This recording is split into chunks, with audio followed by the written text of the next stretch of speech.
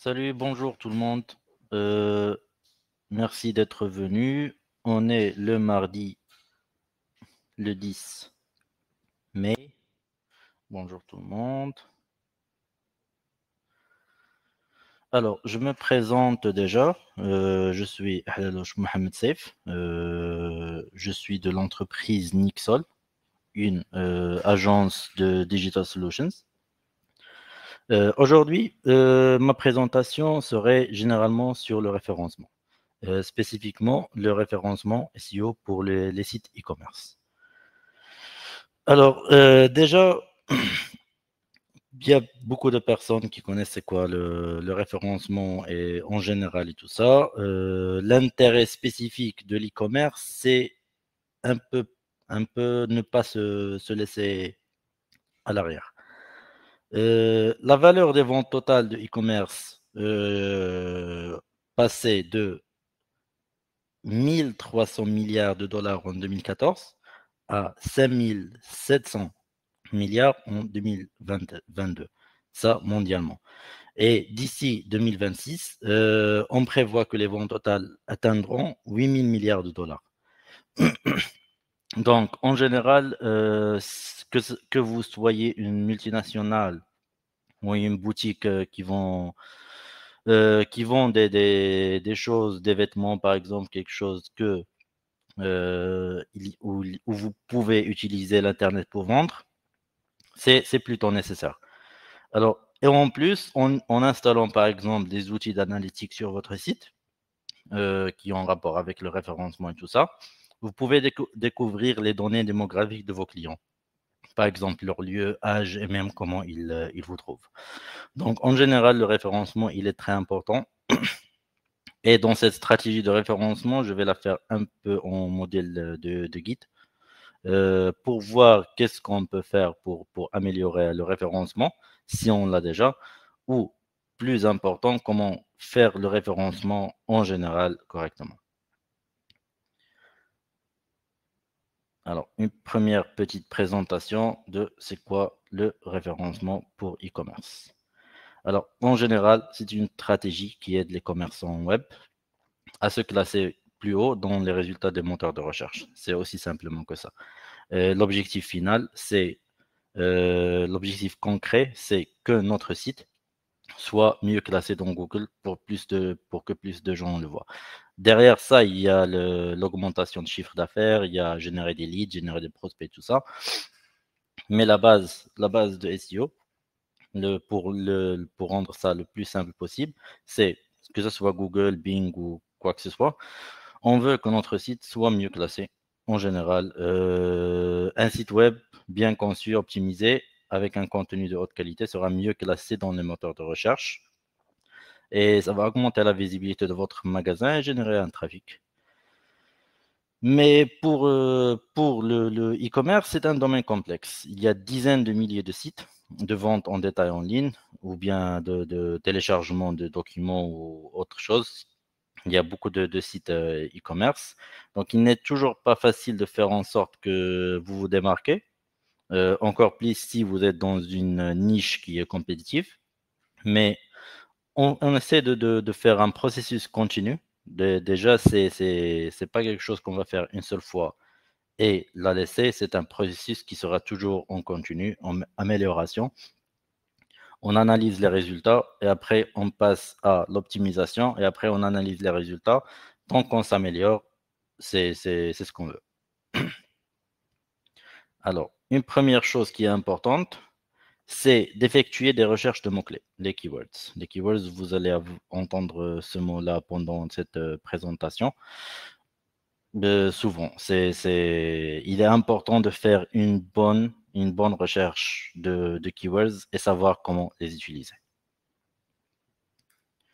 Alors, par rapport à ça, il y a, c'est sur deux volets. Déjà, trouver les mots-clés les plus pertinents et les plus populaires dans votre niche spécifique. Si vous vendez par exemple des vêtements ou bien des baskets ou autres, ben, au Maroc par exemple, si vous vendez au Maroc, il faut chercher les mots-clés qui sont les plus pertinents dans votre niche. Et après, comprendre l'intention de l'acheteur derrière chaque mot-clé. C'est pas seulement trouver le mot-clé, c'est trouver le mot-clé et le comprendre. Alors, l'intention de mot-clé est l'objectif derrière la requête de recherche d'un client spécifique. Il y en a deux. Alors, deux principaux types. L'intention informationnelle et l'intention commerciale. Alors, c'est deux choses qui sont un peu différentes. Alors, pour l'intention informationnelle, c'est plutôt pour des gens qui ne cherchent pas encore à faire un achat. C'est des gens qui voudront avoir des informations, mieux comprendre votre niche, par exemple, ou obtenir une réponse à une question qui n'est pas liée à un produit. Par exemple, quelqu'un qui veut acheter des baskets de hiking ou bien des chaussures de hiking. Au début, peut-être il va juste chercher les meilleurs endroits, par exemple, de faire du hiking à Bouskoura ou ailleurs. Et après, nous, on peut se classer là et avoir du contenu qui aide ce client à comprendre plus ce qu'il veut. Et on peut l'upsell pour acheter des équipements de hiking. Ça, c'est juste un exemple. Alors, il y a l'autre côté qui est l'intention, des mots-clés avec une intention commerciale. Alors, l'intention commerciale, c'est plutôt quand un consommateur utilise généralement des intentions commerciaux, directes. Ils savent ce qu'ils veulent, mais ne savent pas encore où le trouver. Par exemple, achat de vêtements, bien de casquettes, de hiking. Ils ne savent pas c'est où, ils ne savent pas si c'est Decathlon ou bien ils ne savent pas vraiment c'est où. Ben, ces mots-clés-là, ils sont aussi importants pour différentes raisons. Les mots-clés informationnels, c'est d'essayer de trouver des prospects et essayer de les rendre comme acheteurs, de les transformer en acheteurs. Et les intentions commerciales, je pense, c'est le plus simple chose. C'est une chose qui est simple à expliquer. C'est des gens qui veulent acheter des choses. Ben, on se présente là. On est dans le premier de la recherche de Google ou bien deuxième page maximum. Si on est dans la première page, ben forcément, des gens qui veulent acheter, ils vont venir chez nous. C'est très simple. Alors, comment on peut déterminer l'intention d'un mot-clé? Alors, on peut déterminer l'intention du mot-clé avec la logique du mot, déjà, mais comment les trouver et avoir plus d'informations sur ça? Alors, le conseil d'une agence Agency Analytics décompose ça en étapes. D'abord, une analyse des SERP. SERP, c'est Search Engine Results Page. C'est la première page qui apparaît dans Google, par exemple, quand on fait une recherche, c'est les résultats. Généralement, il y a les résultats payants, il y a les résultats organiques, il y a à côté le graphe d'information. Par exemple, parfois on cherche quelque chose, il y a un petit graphe à droite avec Wikipédia ou bien Google qui donne des informations. On cherche un acteur qui est fameux, il y a une information à côté. On cherche une entreprise, par exemple, qui a son compte Google Business, ça apparaît à droite. C'est important de voir ça parce que dans les paid ads qui apparaissent en premier, ou bien les recherches organiques, il y a des mots-clés. Il faut analyser les mots-clés, savoir nos compétiteurs qui sont dans la première page de Google, qu'est-ce qu'ils font, voir ces mots-clés, déterminer leur intention, savoir si on peut améliorer notre site pour apparaître avec eux. Pour le graphe de Google, on essaye de chercher les mots-clés qui le déclenchent. Par exemple, on peut écrire une requête qui est longue, mais qui a des mots-clés, par exemple, spécifiques, qui peuvent déclencher ça. Si on déclenche, par exemple, notre Google Business ou notre produit dans le graphe qui est à droite, c'est quelque chose qui est très important pour générer l'intérêt d'un potentiel acheteur. Alors, la deuxième chose, c'est examiner les Google Ads à des fins commerciales. Alors, dans Google Ads, on peut faire l'affichage des prix des enchères pour les mots-clés, et ça donne une idée de la compétitivité des mots-clés. Alors, dans Google Ads, les advertisers, ils peuvent faire des bets, des enchères sur les mots-clés. et ça fait gagner de l'argent derrière. Mais pour nous, ce qui nous intéresse, si un mot-clé, il a beaucoup d'enchères dessus, beaucoup de gens misent sur ce mot-clé, ça veut dire que c'est un mot-clé très compétitif. Et on essaie de voir, est-ce que avec la compétition, on peut être concurrentiel dans ce mot-clé ou pas. Et on essaie de savoir si on peut se classer dans d'autres mots-clés qui sont un peu plus niches, mais qui ont une grande valeur d'enchère. Et ça serait très important pour nous que ça soit un processus en continu. On fait ça tout le temps, on parle, on vérifie les mots-clés de nos compétiteurs. On essaye de vérifier tout le temps, être au courant, changer le contenu de notre site web pour refléter ça, changer les pages, changer les keywords, changer les descriptions de produits, les tags et tout ça, pour toujours être à l'avance des changements de marché. Parce que les enchères, c'est quelque chose qui peut être bet on par des gens qui predict, qui pensent que ce mot-clé, il sera très important. Donc, ça peut nous garder un peu à l'avance. Et ça peut être à partir de la plateforme Google Ads. Le troisième point qui est un peu self-explanatory, c'est examiner vos analyses. Alors, chercher du contenu avec des taux de rebond élevés, ça, c'est apprendre des erreurs. Le taux de rebond, c'est les personnes qui rentrent à travers une recherche, par exemple, sur votre site ou bien sur un site compétiteur que vous pouvez faire une analyse SEO dessus et savoir exactement les mots-clés et les liens où un client rentre et sort directement sans naviguer le site. C'est ça le taux de rebond. Le plus de gens rentrent sur un lien et sortent sans faire d'action ou bien sans naviguer, ça veut dire que vous allez avoir un taux de rebond élevé, ce qui n'est pas bien. On cherche les mots-clés qui ont un taux de rebond élevé et on essaie de savoir est-ce que la requête qui a été faite au début, est-ce que ça convient avec le contenu de la page qui a été ouverte. Si quelqu'un cherche des baskets, par exemple, de hiking, on revient au même exemple, et il rentre et il trouve des chaussures normaux, ben, il va sortir directement, ou bien s'il ne trouve pas d'achat, il trouve juste une explication de différents types ou bien comparaisons, il ne va pas acheter. On essaye de aligner les recherches qu'on fait avec le résultat que le client voit. Le client veut quelque chose, le visiteur veut quelque chose, avec la recherche, on lui donne ça.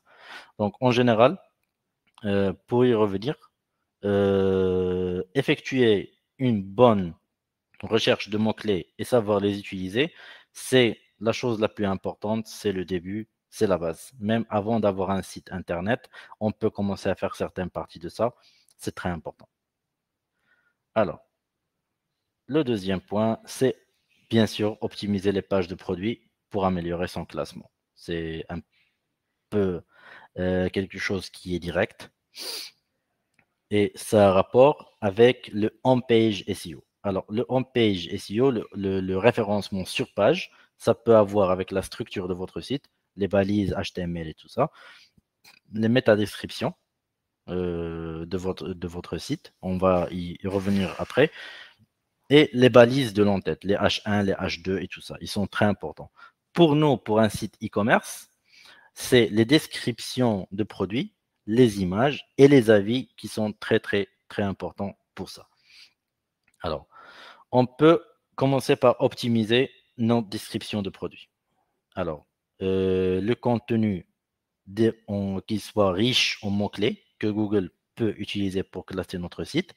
Et ça va inciter un utilisateur à acheter nos produits si les mots-clés qu'il cherche, ils sont pertinents pour notre produit.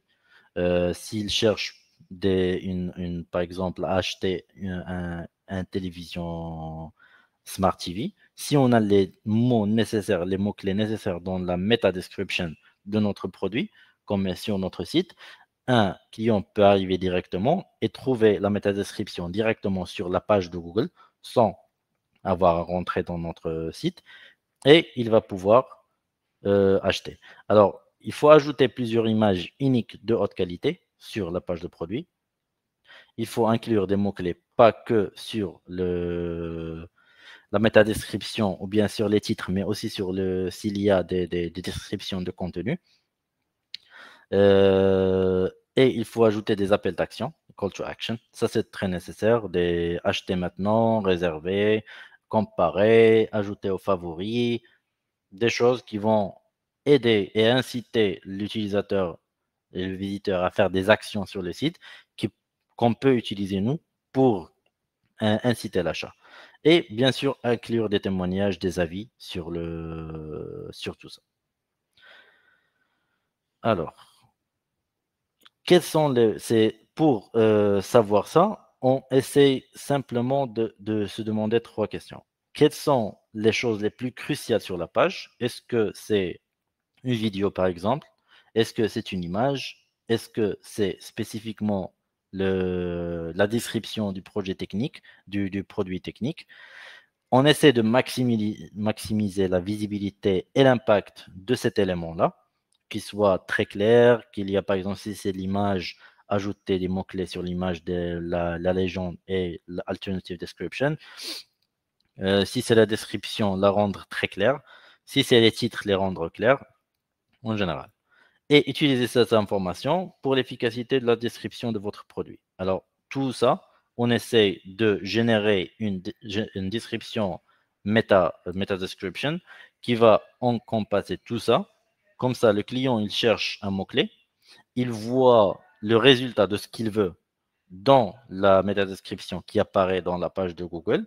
Et quand il rentre, il trouve ces mots-clés-là et ce qu'il veut à partir de sa requête dans la page. Alors, après, c'est optimiser les images, toutes les images de notre site. La légende, quand on essaie de uploader, par exemple, une image sur un CMS, on a déjà un endroit où mettre la légende de l'image et alternative description. Ça, c'est très important parce que pour Google, Google, il crawl ça, il vérifie ça, il indexe tout ça. Donc, c'est très important que ça soit significatif et que ça inclut des mots-clés.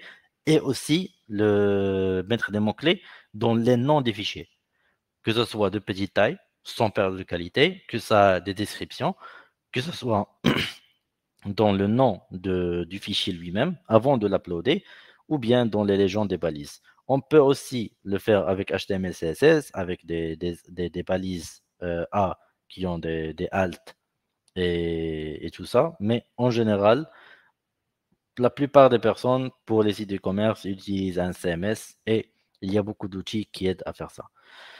Il faut juste faire attention à ne pas utiliser trop d'images parce que ça encombre la page de produit, ça peut cacher un peu le cœur de l'intérêt de la page. C'est inciter le client à cliquer sur ce petit bouton de l'achat qui est important. Donc, beaucoup de contenu, ce n'est pas la meilleure chose à faire. L'optimisation des images, ça va donner un meilleur classement et un trafic potentiel. C'est très important d'avoir des images qui sont significatives et qui ne sont pas distracting, qui ne détournent pas l'attention de l'utilisateur de l'objectif, c'est l'achat.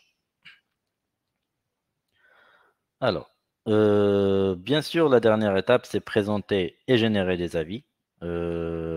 Si on a déjà des avis sur d'autres plateformes ou d'autres marketplaces, on essaye de les mettre sur notre site. Ça instaure un peu de la confiance dans la brand avec les clients et aussi ça améliore le taux de conversion. Et c'est important aussi pour Google parce que Google, il crawl, il cherche toujours dans les témoignages. On peut encourager les clients à laisser des avis. Par exemple, des automated messages une fois qu'ils font un achat ou bien une demande d'information. Comme on peut faire des campagnes par email pour envoyer des rappels ou des offres pour upsell les clients une fois qu'ils ont laissé un avis sur notre site. Donc ça, en général, c'est important d'optimiser le contenu de la page, que ce soit l'image, la métadescription, le contenu en général, ou bien les avis et témoignages. Alors, la troisième partie, c'est bien sûr assurer que votre site est user-friendly. L'utilisateur est le client final. Donc, si l'utilisateur n'est pas confortable dans le site, il ne va, même s'il est intéressé par le produit, s'il n'arrive pas à bien naviguer le site et que ce soit attrayant enough pour l'attirer à acheter, ça ne va pas arriver. L'UX, en général, c'est User Experience et principalement un bon design, une meilleure structure du site, que ce soit très bien structuré, avec des espaces blancs, avec les titres qui sont correctement organisés. Il n'y a pas de H2 avant de H1, il n'y a pas de H1 sans balise, que ce soit correct, que ce soit une structure correcte et que ce soit visuellement attirant. Ça comprend tout, depuis la navigation, la facilité d'utilisation et une chose qui est un peu pas concrète, mais qui est facile à comprendre, c'est la sensation globale du site web. Si le client il rentre, il a une bonne sensation en général du site, une facilité et tout ça, c'est très important. Alors, UX, ça consiste également à s'assurer que les gens peuvent trouver ce qu'ils cherchent, à les garder engagés tout en naviguant, offrir à ses utilisateurs la meilleure expérience possible. Alors, principalement, en ce qui concerne Google, cela inclut Core Web Vitals. Alors, Core Web Vitals, c'est un ensemble de facteurs que Google utilise pour évaluer l'expérience d'un utilisateur sur une page. On a déjà le client, on peut utiliser notre logique et parce que on est tous aussi des acheteurs, des consommateurs, donc on essaie un peu d'avoir un bon sens de comment un utilisateur peut se sentir confortable, mais c'est important aussi que Google pense que les utilisateurs sont confortables. Alors, Google va mesurer l'expérience d'utilisateur dans 3 domaines principaux. Le Largest Contentful Paint, LCP. Alors, LCP, c'est une mesure d'utilité que Google pense d'une page d'utilisateur en fonction de temps de chargement des plus grands blocs visibles pour l'utilisateur. Les plus grands blocs, c'est les blocs où ils ont le plus de contenu, le plus d'images.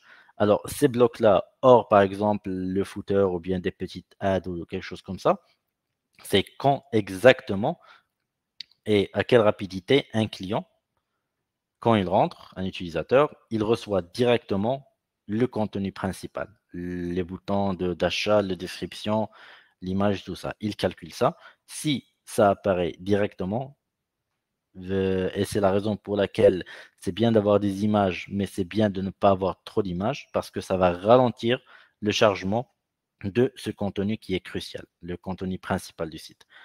Alors, la deuxième, c'est le Cumulative Layout Shift, CLS.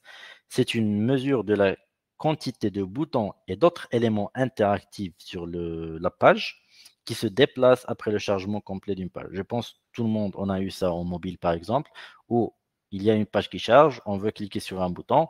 Après la fin de chargement, le bouton shift d'endroit et on ne clique pas dessus. Si Google détecte que vous avez beaucoup d'ads, beaucoup d'intrusions, beaucoup de choses inutiles qui impactent ça, en premier chargement, il n'y a pas le contenu principal qui apparaît. Et dans le bon endroit, comme ça, un utilisateur peut cliquer dessus directement sans que ça shift d'endroit et que vous devrez scroller ou bien cliquer sur le mauvais bouton. Il va diminuer votre ranking, bien sûr. Le troisième, c'est le First Input Delay, FID. Alors, c'est la mesure du temps qu'il faut à une page pour répondre à l'input d'un utilisateur. Un utilisateur entre, clique sur un bouton d'achat ou bien un lien vers un produit. Combien de temps ça prend pour que le serveur enregistre ça? Alors, en général, ce que ça se traduit en termes d'utilisateur, de owner du site, l'admin du site ou bien l'owner du business, c'est en général simple. Il faut améliorer le temps de chargement de votre site. Ben, s'il y a beaucoup de contenu qu'il faut optimiser en termes d'image, en termes de contenu, il faut le faire. Si vous utilisez un thème qui est très long et qui charge beaucoup de scripts, il faut gérer ça. Si on a par exemple beaucoup d'images, il faut les diminuer. Si le serveur lui-même, il est lent et on a beaucoup d'utilisateurs, peut-être il est temps de penser à upgrade un peu votre serveur.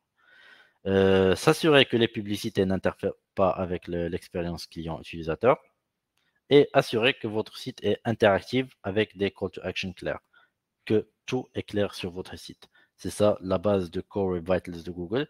Il essaye de comprendre à travers des algorithmes et des simulations si un client potentiel rentre sur votre site, si le site se charge rapidement, sans problème, avec le contenu basique se charge en premier, pas des ads ou bien autre chose, et que il n'y a pas de shift, beaucoup de publicité qui change les endroits des éléments après chargement, et bien sûr que ces éléments-là, ils sont clairs, ils sont directs, interactifs facilement et rapidement.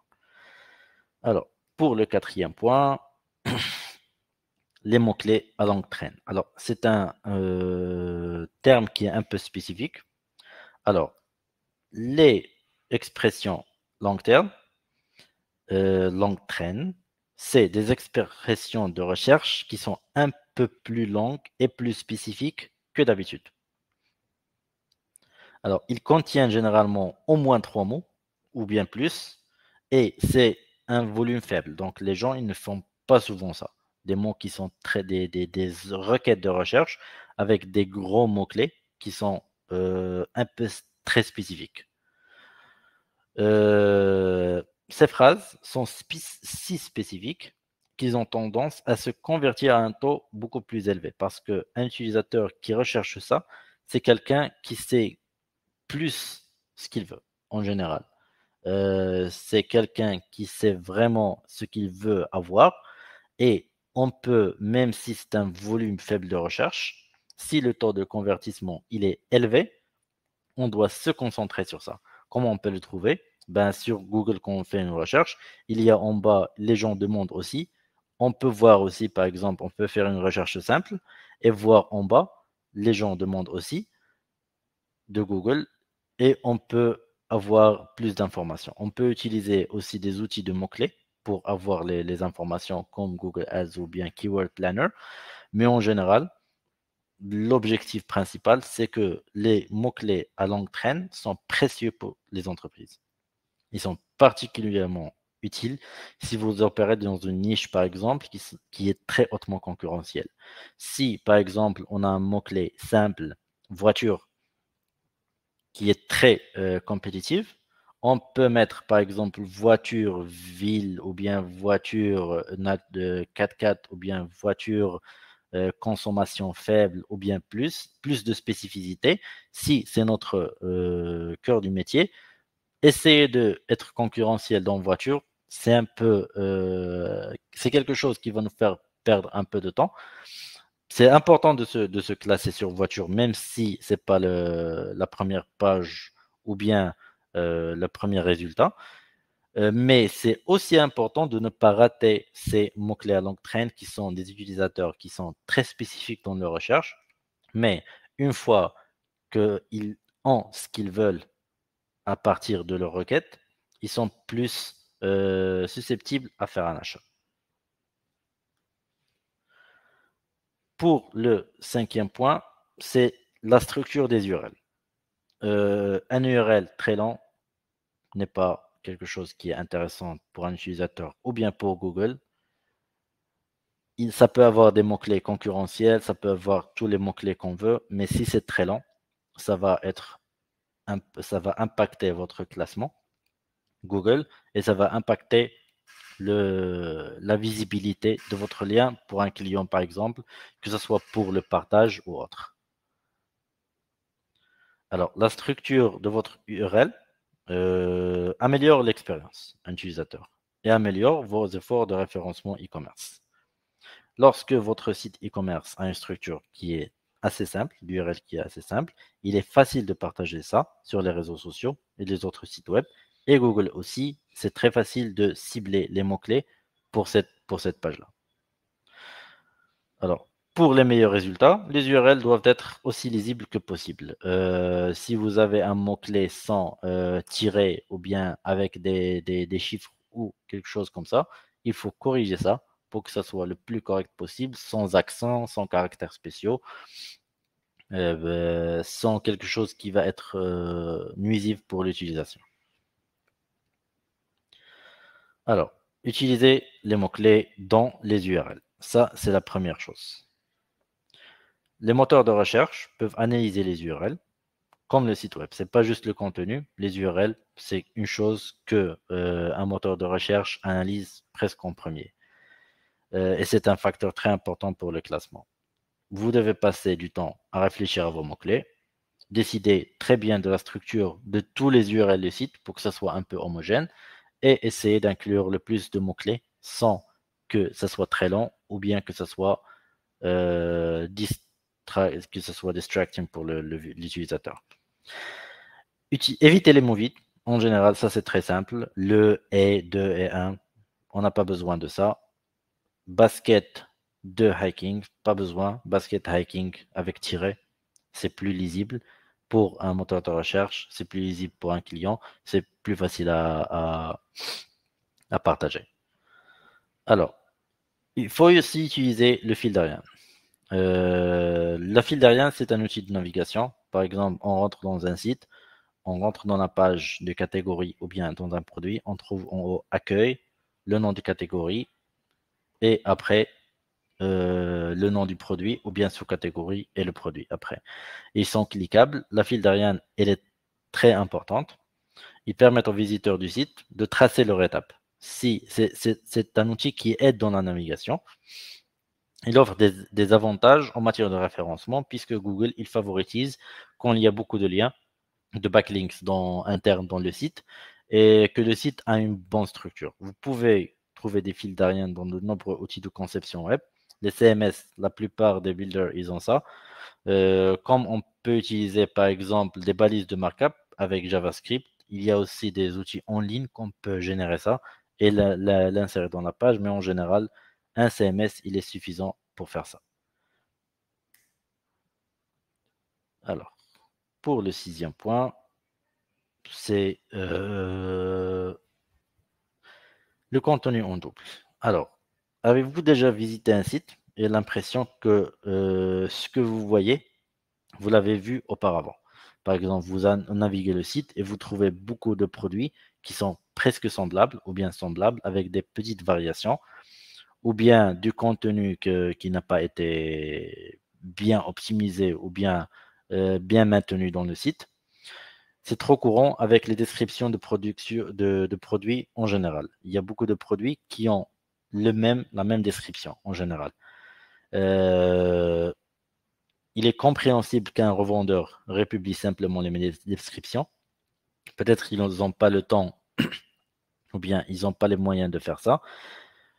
Donc, on se trouve avec beaucoup de produits qui ont presque les mêmes descriptions, juste avec le changement de petites références ou quelque chose comme ça.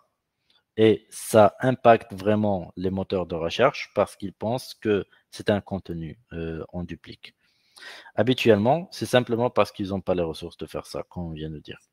Alors, on peut toujours réduire considérablement la quantité de doublons sur le site et les descriptions des produits et autres. Alors, déjà, on peut utiliser les redirections 301 d'un CMS.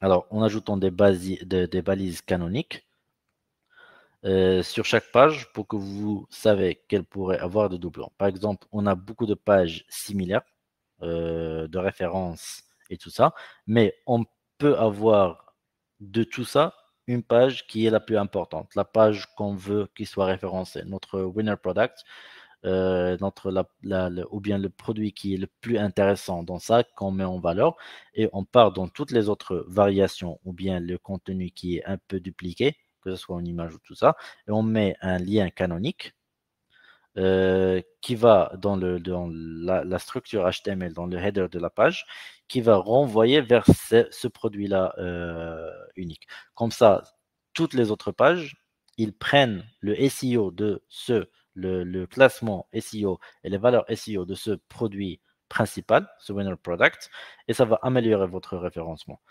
On peut aussi ajouter des suffixes à l'URL.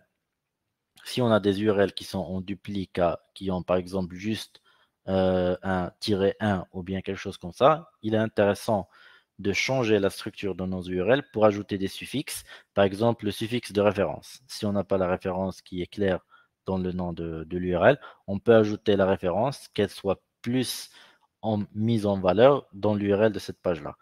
Il faut changer les images. Si deux produits ont la même image, puisque c'est juste deux produits qui ont une différente référence ou bien des spécificités techniques qui ont différentes, il est intéressant, par exemple, de changer l'image, changer l'angle, changer les couleurs, la couleur de ce produit-là. Et bien sûr, comme toujours, il faut ajouter des mots-clés uniques sur les autres pages. Que ce soit la métadescription, que ce soit la description, l'URL, la description d'image, essayez le plus possible de différencier un peu chaque page de l'autre.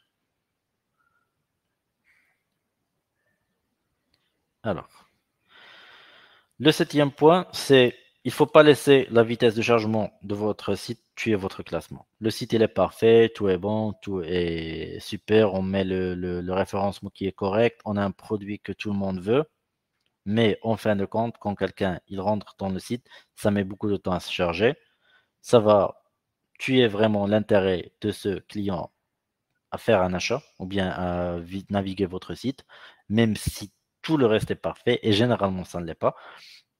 Mais même si tout est parfait, si la vitesse de chargement de votre site n'est pas adéquate, ça va faire des problèmes. Alors, une étude a révélé que 19% des acheteurs abandonnent la page si le chargement dure plus de 3 secondes. Idéalement, ils disent que la vitesse de chargement est de 2 secondes ou moins, le moins possible, le mieux. On peut utiliser des CDN, des caches, améliorer le serveur, avoir du contenu, par exemple, sur le Google AMP. Essayer le plus qu'on peut éviter les scripts et tout ça pour améliorer les chargements.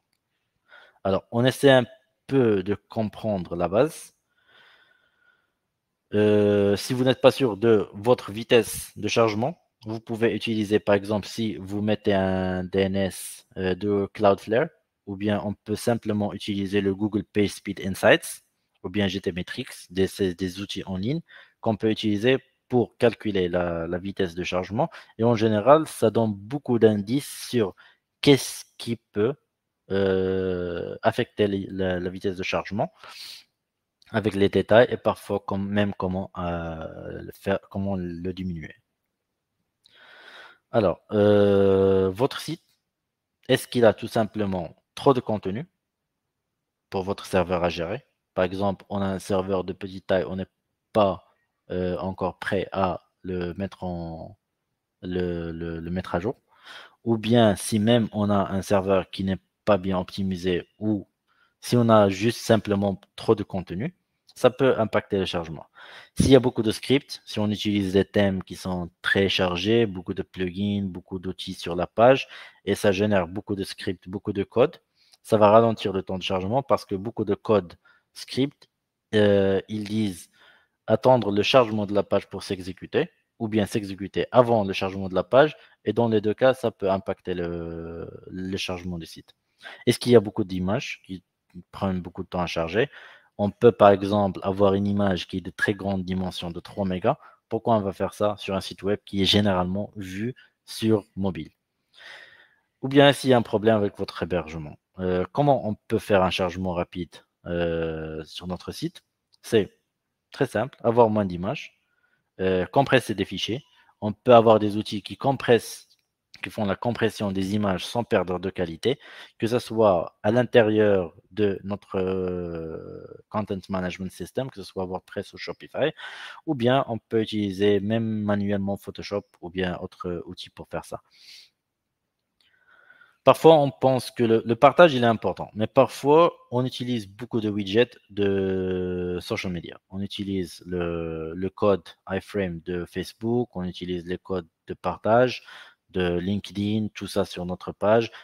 C'est pas un outil spécifique qui fait ça simplement à travers une interface. On utilise beaucoup de scripts sur la page. Il faut diminuer ça pour ne pas impacter le chargement, ou bien utiliser un outil qui est spécifique pour faire par exemple une widget où il y a toutes les social media qui aident à partager. Parfois, c'est attirant d'essayer d'utiliser des scripts Facebook pour avoir des fonctionnalités avancées, mais parfois il faut penser à est-ce qu'on veut vendre ou bien est-ce qu'on veut avoir de l'information. Il faut trouver un balance entre les deux. Si on trouve que ajouter beaucoup de widgets de partage ou bien de iframes de social media, peut-être les enlever parce que l'objectif principal, c'est de vendre. Il faut optimiser les images, en général, les images qu'on a déjà, les optimiser pour leur taille, les dimensions, tout ça. Éviter d'encombrer et utiliser beaucoup d'espace blanc. Si on a beaucoup de contenu très près l'un de l'autre, ça va impacter le chargement parce qu'on ne voit pas toute la page à la fois. Si, par exemple, on a un outil qui est delayed load, ça veut dire que les e-load en général, ça veut dire que c'est jusqu'à ce qu'un élément n'est pas visible, il n'est pas chargé. Si tout est encombré, beaucoup d'outils de cache utilisent cette logique-là. Si tout est encombré et proche l'un de l'autre avec pas d'espace blanc, il y a plus de contenu qui est affiché à la fois et ça ne va pas être possible pour votre site de charger rapidement. Il faut limiter aussi les redirections et les requêtes HTTP. Si on a beaucoup de redirects de notre page, le direct de www vers HTTPS direct, le redirect de HTTP, beaucoup de redirects de advertisements et tout ça. Si on peut le plus possible limiter ça, et ça a rapport avec tout ce qu'on vient de dire, le moins d'images, moins de fichiers, moins de social media, le moins qu'on a, le moins de requêtes HTTP on aura. Et bien sûr, il faut juste gérer le temps de chargement de votre serveur. Si le serveur il est incapable, quoi que vous fassiez, il est temps de changer. Alors, le 8e point, le contenu. Le contenu, c'est important pour un site e-commerce. Ça, je pense, c'est assez clair. Ça doit faire partie de votre stratégie de référencement. Le contenu, c'est très important pour votre référencement.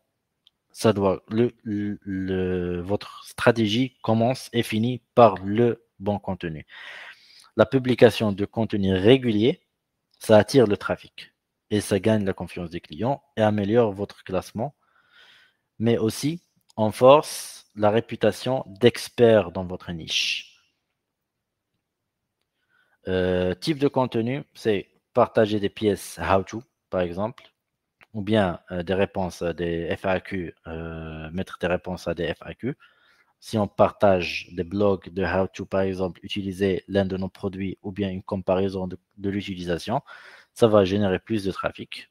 Les FAQ aussi, c'est des mots-clés, ça va générer du trafic et aussi inciter les utilisateurs à acheter. Si on fait le lancement de nouveaux produits et quelque chose, par exemple, une press release ou bien un nouveau service ou autre chose, c'est bien de le mettre en valeur et publier beaucoup de contenu sur les réseaux sociaux et sur le site, sur le blog ou autre pour présenter ce site-là. C'est du nouveau contenu, c'est très important. Une page de glossaire. Parfois, on a beaucoup de termes techniques, donc c'est important d'avoir un glossaire pour que les clients puissent cliquer, par exemple. Il y a beaucoup d'outils qui peuvent faire ça, un glossaire spécifique. Tu cliques sur un mot-clé ou bien un terme spécifique et ça peut sortir une bulle avec la description de ça. Ça augmente les mots-clés, bien sûr, ça augmente le contenu et ça augmente l'interaction avec les clients. Il faut inclure le contenu généré par l'utilisateur, user-generated content, les témoignages, des petites vidéos par exemple, des interviews, avoir une section d'avis qu'on peut modérer, ou bien simplement juste des témoignages, peut-être écrire un article de blog par rapport à ça.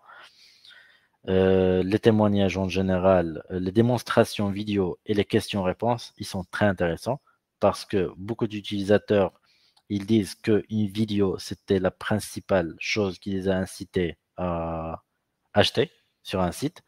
Et des webinaires, comme on est en train de faire maintenant, par exemple, ça peut inciter les gens à visiter vos services, voir ce que vous offrez et en acheter. Pour plus d'idées, on peut aller plus loin et apprendre à connaître notre public. et comprendre les principales préoccupations et problèmes. Cela va nous permettre d'écrire du contenu qui va répondre plus ou moins à leurs soucis quotidiens, proposer des produits qui résolvent ça. Alors, on peut avoir une stratégie. Déjà, ça, apprenez à mieux connaître vos clients. C'est très important d'établir des buyers persona, savoir les clients potentiels sur notre site, établir un buyers persona pour ça, établir un calendrier éditorial et créer le contenu. Enfin, on publie ce contenu aux différentes étapes de cycle d'achat, la prospection ou bien pour les emails marketing ou bien pour du contenu après-vente, tout ça. On essaye de générer du contenu qui est plus, euh, approprié pour chaque cycle de l'achat d'un client. Il faut utiliser beaucoup de tests AB. Il y a des outils qui permettent de faire ça. Le test AB, c'est on met par exemple deux versions d'image ou bien deux versions de page ou bien deux versions de titres et on essaie de voir sur nos outils de Search Console ou bien Google Analytics qu'est-ce qui est la version ou bien l'outil directement sur un CMS, qu'est-ce qui est la version qui génère le plus de vues, le plus de clics. Mesurer tout ça, mesurer les résultats et réajuster en général. Le 9e point, c'est link building pour le e-commerce. Alors, le link building, c'est un facteur de classement qui est très important. On essaie de générer des liens de qualité qui indiquent à Google que votre site est crédible. Les backlinks influencent également le classement de votre site par rapport aux mots-clés. Si on a des backlinks avec beaucoup de mots-clés qui sont intéressants, ça va augmenter notre trafic. Ce sont des moyens, on va essayer d'avoir des moyens légitimes. Alors, créer des backlinks internes dans notre site, c'est très simple. On a dans notre site beaucoup de pages. On essaie de mettre beaucoup de liens, des backlinks dans notre site. Sur le blog, par exemple, sur la page d'un comparaison, on met beaucoup de liens vers nos produits et vers nos services. Comme ça, on génère beaucoup de backlinks internes. On essaie de faire des rédactions d'articles d'invités. On invite des personnes à écrire des articles sur notre site en tant qu'influenceur, par exemple, ou bien en tant que client. On utilise les publicités sur les réseaux sociaux. On partage tous nos contenus sur les réseaux sociaux. Ces deux-là vont générer beaucoup de backlinks qui vont envoyer sur notre site. On peut publier des communiqués de presse qui vont être partagés sur les agences de presse et ça va générer beaucoup de liens. On peut écrire des commentaires de blog et partager sur des forums si, bien sûr, on a l'autorisation de faire ça, que ce soit sur des forums en ligne ou bien même sur les réseaux sociaux comme les forums, s'il y a des pages spécifiques Facebook ou LinkedIn. On peut créer des infographes et des infographies et les partager en ligne, avoir des liens dessus sur l'image, sur ces forums-là et tout ça. Ça va générer beaucoup de clics sur notre site. Et bien sûr, publier des livres blancs et des études de cas spécifiques, par exemple, sur notre métier, sur notre produit, etc. Bien que les liens payants, les backlinks payants peuvent nous faire, par exemple, gagner un peu de valeur, mais en général, c'est une perte de temps. Il ne faut pas prendre des raccourcis en achetant des liens parce que ça enfreint les directives de Google. Si vous achetez des liens bon marché, la qualité est généralement discutable. Des liens de mauvaise qualité entraînent un classement dans les moteurs de recherche, les SERP, les Search Engine Results Page, qui est inférieur, parce que Google, il arrive à connaître ça et le pénaliser. Et ça aura un impact négatif sur le potentiel et la réputation de notre business. Alors, ajouter un plan de site. Le sitemap, il est important. C'est le moyen de communication entre nous à partir de la Google Search Console et Google. C'est un fichier sur notre site web ou bien une page qui contient des informations sur toutes les pages, toutes les vidéos, toutes les images et les autres contenus. On essaie d'inclure dedans la navigation de notre site. Comme ça, Google, quand il essaie de faire, ou bien Bing ou autre, quand il essaie de faire un crawl sur notre site pour le vérifier, ils vont directement sur le sitemap et ils essayent de directement indexer et vérifier les pages qu'on met en valeur sur le sitemap. Ça doit inclure toutes les pages, les catégories, sous-catégories, produits et autres contenus qui est important, par exemple des pages spécifiques de FAQ, bien témoignages ou autres. On peut faire ça à travers les CMS, par exemple, directement. Mais on peut utiliser des outils comme le Seedchart Sitemap Generator ou bien PowerMapper. On peut faire une recherche Google et ça va nous permettre de vérifier ça. Généralement, vous pouvez développer un sitemap manuellement. Or, ces outils-là, utiliser un outil automatisé tel que Webmaster Tools de Google ou bien directement les générer en XML, HTML si on a des compétences de développement ou bien quelqu'un qui peut nous aider à faire ça. Alors, le 11e et le dernier point, c'est faciliter le partage social. Ça, c'est assez clair.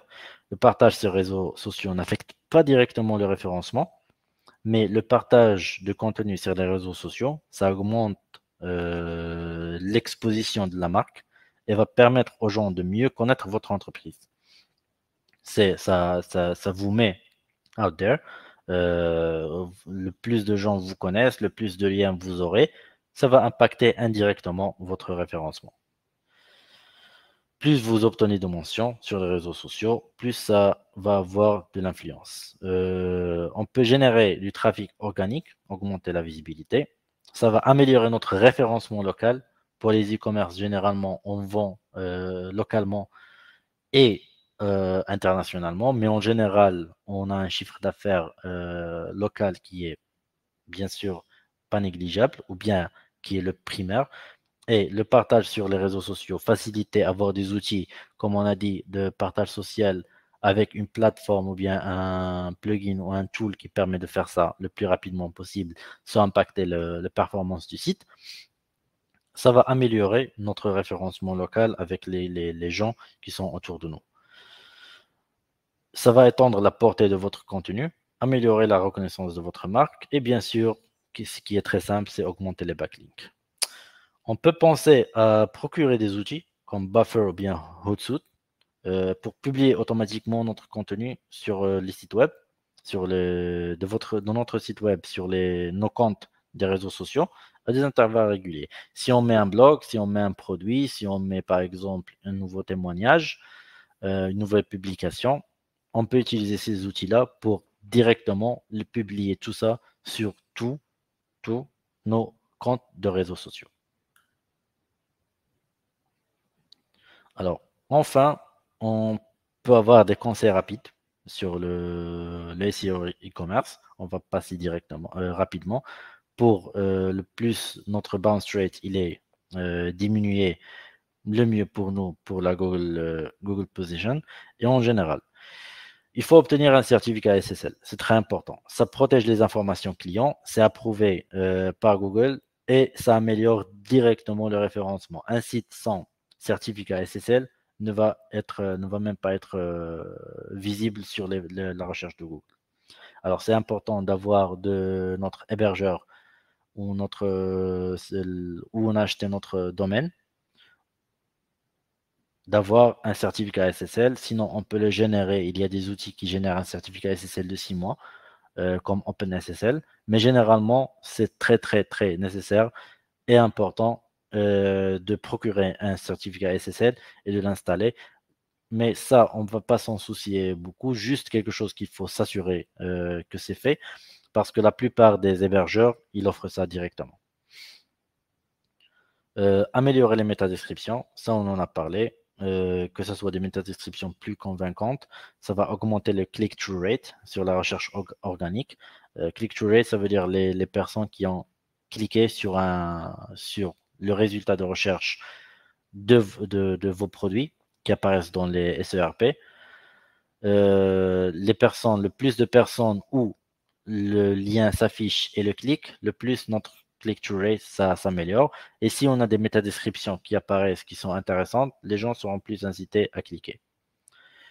Il faut faire des redirections 301 pour les produits obsolètes, pas seulement pour les produits duplicants, comme on a vu sur le point du contenu dupliquant. Alors, si on a des produits expirés ou abandonnés qui sont toujours indexés sur les moteurs de recherche, même s'ils n'apparaissent pas dans la navigation de notre site. On fait des redirections 301, c'est des soft redirects vers les URL des pages plus récentes. La valeur de SEO il sera transférée vers la nouvelle page et on va rien perdre et on va inciter les clients à visiter cette partie-là. Il faut améliorer les pages de catégorie. Il faut traiter les pages de catégorie et des sous-catégories comme des pages d'accueil individuelles. Si on a par exemple des vêtements d'hommes, on va traiter ça comme une landing page, la page de catégorie, et avec son propre structure, son propre H1, son propre contenu. On ne va pas juste mettre, si on utilise un CMS, on ne va pas mettre la page par défaut et la laisser comme ça. Il y a des theme builders qui permettent de optimiser ça. Sinon, on peut créer une page à part et mettre le contenu dedans. Le cinquième point, c'est ajouter de la navigation au niveau de la catégorie. Ça, on en a pas parlé, les fils d'Ariane, la navigation dans le site, dans le menu, ou bien la navigation dans le footer. Le plus on a de méthodes de naviguer le site, le mieux, que ce soit pour Google, que ce soit pour le client final. Et ça va aider Google à explorer votre site le plus facilement possible. Il faut optimiser vos marketplaces e-commerce. Une étude a trouvé que 38% des recherches de produits e-commerce, ils commencent sur des marketplaces comme Amazon, comme Jumia, etc. La plupart des gens, ils recherchent déjà ici. Et si vous avez par exemple des comptes de marketplace dedans, la plupart des recherches de votre produit, ils commencent ici et qui terminent plutôt, la plupart des recherches qui finissent vers votre site, ça commence dans les marketplaces. Le septième point, il faut améliorer vos balises de titres, les H1, les H2, etc. Faire des balises de titres qui contiennent 60 à 70 caractères, incluez des mots-clés attirants qui attirent l'attention des utilisateurs. Ça, c'est très direct. On a un H2, un H1 sur le site. Il faut que ça soit pas très long, entre 60 et 70, et que ça inclut des mots-clés. On évite un peu la narration, c'est important d'avoir de la créativité dans les titres et tout ça, mais pas en dépendant des mots-clés. Le huitième point, c'est penser à vos pages 404. Il faut les personnaliser. Il faut faire un crawl sur votre site, voir trouver les pages qui sont 404, les rediriger directement vers nos pages importantes. Si on a des pages qui n'existent plus, qui sont toujours indexées, on fait des redirections 301 pour qu'ils soient renvoyés sur l'accueil. Mais si on a toujours des résultats 404, on peut, dans cette page 404-là, on peut mettre par exemple des liens, un contenu qui incite les gens à visiter notre site, ou bien des liens vers les produits, les catégories, ou bien la page accueil. Il faut ajouter un live chat. Beaucoup de personnes sur une enquête, ils ont dit que qu'ils ont eu 50% d'augmentation de demandes d'achat ou bien de devis sur notre site, simplement en incluant le live chat. Ça diminue le temps d'attente et ça génère un sens d'interaction avec votre brand. Si quelqu'un, il peut par exemple être flemmard, pas prendre le téléphone ou bien il n'a pas le temps d'attendre de faire un contact. Si vous avez un live chat qui est opérationnel, c'est très intéressant puisque les gens ils auront des réponses instantanées. Maintenant, on voit qu'il y a même des outils d'intelligence artificielle qui peuvent être trained pour faire ça. Il faut ajouter les liens internes, ça on en a parlé. Ça va réduire le taux de rebond. Si un utilisateur il rentre sur votre page, il ne trouve pas des liens vers d'autres pages hors de la navigation, ils sont moins susceptibles à naviguer sur votre site.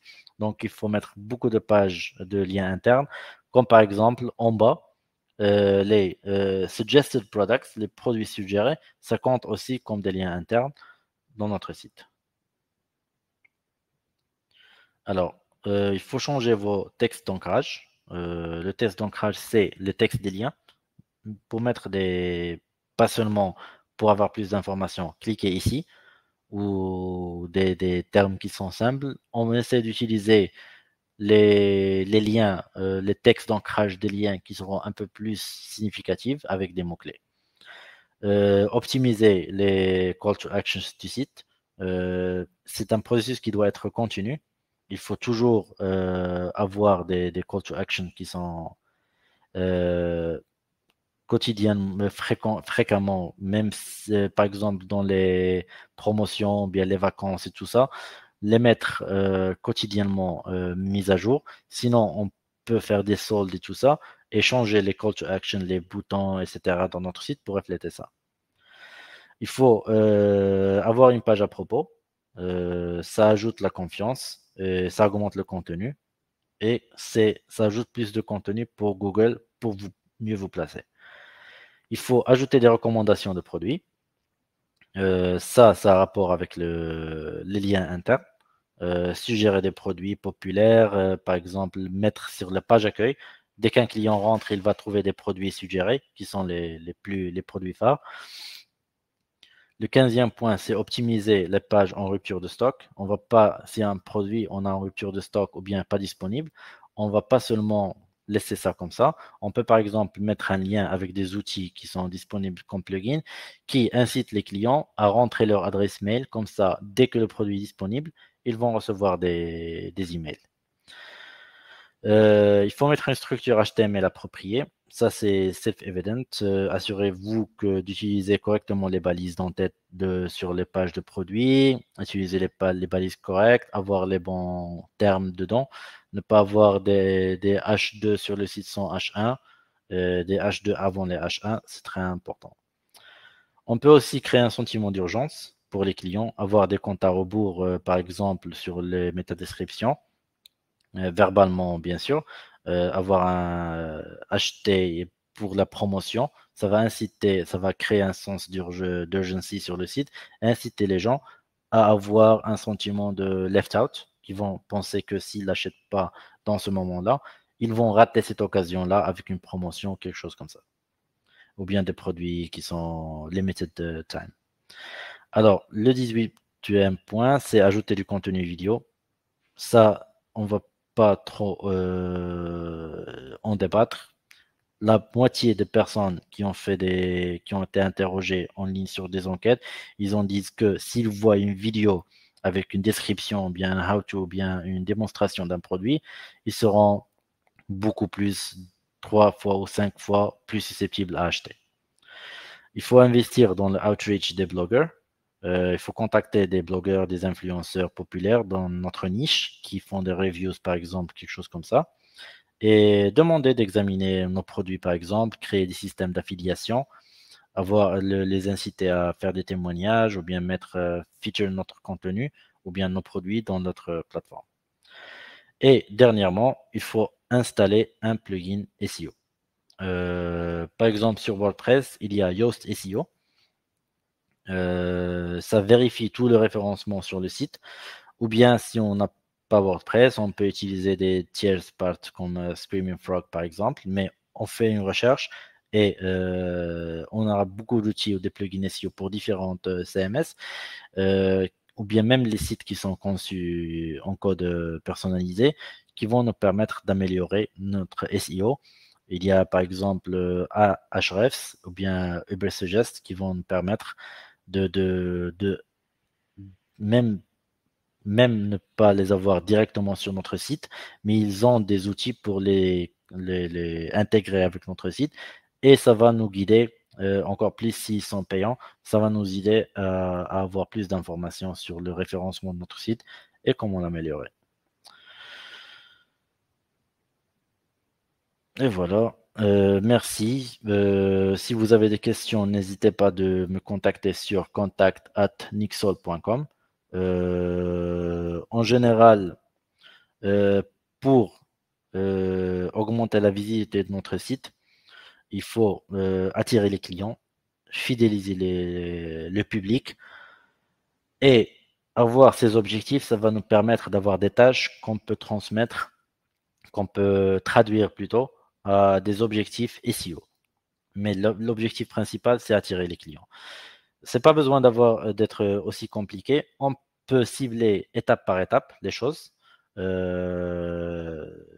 Améliorer par exemple le contenu en premier, faire la recherche de keywords et tout ça en premier. Donc ça doit C'est pas nécessairement que ça doit être tous à la fois, parce que si on ne fait pas l'effort spécifiquement dans chaque point spécifique, ça peut avoir un impact négatif. Donc, faire les choses étape par étape, tester, analyser, refaire, c'est un processus en continu, c'est une stratégie continue, ça nécessite une mise à jour au fur et à mesure pour obtenir les meilleurs résultats.